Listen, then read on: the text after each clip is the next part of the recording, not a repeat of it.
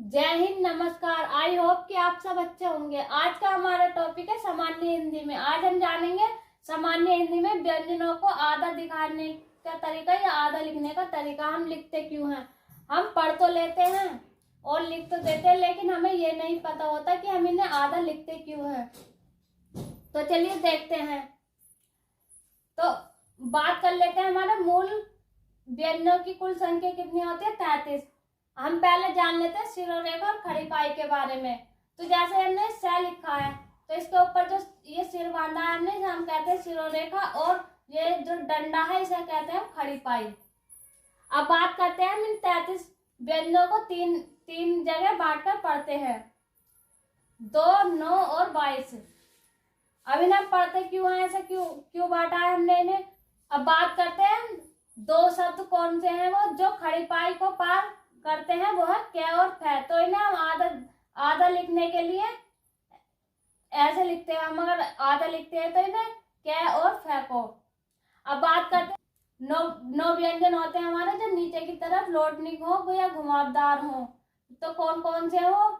अंग, छ, ट, ठ, अण, ड, द, र, है। तो ये होते हैं हमारे 9। यदि हमें इन्हें आधा दिखाना है तो इसमें हम हलंत लगाकर आधा लिखते हैं। अब बात करते हैं 22 व्यंजनों की जो खड़ी पाई को पार नहीं करते। तो उन्हें हम तो कौन कौन से हैं?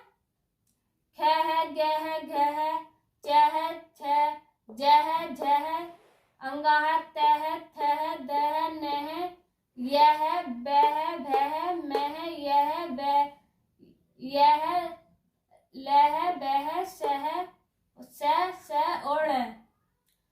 हम इन्हें आधा लिखने के लिए क्या करेंगे? आधा लिखने के लिए इनमें से हम खड़ी पाई को हटा देते हैं। और हम यहीं पे स्वरों की बात और कर लेते हैं। यहाँ पर नोट करके लिखेंगे कि स्वरों को हम आधा नहीं लिखते हैं या स्वरों को आधा नहीं लिखा जाता है। और आगे देखते हैं। अब बात करते हैं बिंदु लगाने का तरीका। बिंदु कैसे लगाते हैं? तो ऐसे पंचमाक्षर के नीचे बिंदु लगाते हैं। और बात करते हैं दूसरे वाले की, नुक्ता की। ये हिंदी भाषा में प्रयोग नहीं होता, जैसे कह, ख, ग, ज, थ। जैसे जिंदगी लिखते हैं, लफ्ज लिखते हैं, अल्फाज लिखते हैं, और इन्हें हम नुक्ता भी कहते हैं। अब बात करते हैं अनुस्वार की। अब इनका नियम पहले नियम देख लेते हैं। मूल नियम, जिस वर्ण को लिखते हैं उसका ही पंचमाक्षर लिखते हैं। जैसे पंप हम इस तरीके से भी लिख सकते हैं और इस तरीके से भी लिखते हैं। हलंत में हलंत ऐसे लिखते हैं और ऐसे। शंकर को शंकर ऐसे लिखते हैं, मंगल को ऐसे लिखते हैं।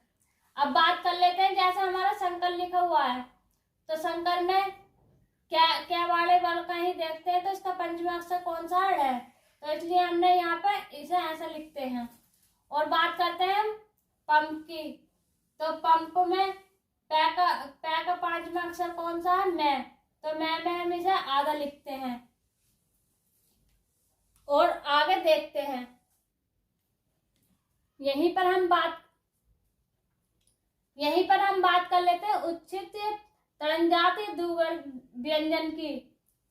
तो ये ल और ण से बने होते हैं। इनमें उच्छित चिन्ह लग जाता है। जैसे इसके 5 नियम होते हैं जिनमें उच्छित व्यंजन का प्रयोग नहीं होता, और हर कहीं हम उच्छित व्यंजन का प्रयोग कर सकते हैं। इसलिए हम इन पांच बातों को याद कर सकते हैं कि कहाँ इसका प्रयोग नहीं होता और हर जगह इसका प्रयोग हम कर सकते हैं। तो चलिए देखते हैं 5 नियम कौन से हैं।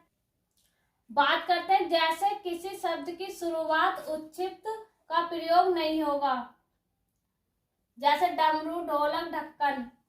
और आगे दूसरे नियम की बात करते हैं, अंग्रेजी के शब्दों में प्रयोग नहीं होगा, जैसे रोड, बोर्ड, मून, ग्राउंड आदि। अब बात करते हैं आगे तीसरे नियम की, द्वित व्यंजन में प्रयोग नहीं होगा, जैसे हड्डी, टिड्डी, उड्डयन। अब बात करते हैं चौथे नियम की, उपसर्ग है तो वहां भी तड़नजाति उच्छित व्यंजन का प्रयोग नहीं होगा, जैसे निडर आदि। और 5वें नियम की बात करते हैं, ण और ठ के तुरंत पहले या तुरंत बाद में प्रयोग नहीं होगा, जैसे आडंबर, ग्राउंड आदि। अगर वीडियो अच्छा लगा तो वीडियो को लाइक करें और जानकारी के लिए चैनल को सब्सक्राइब करें।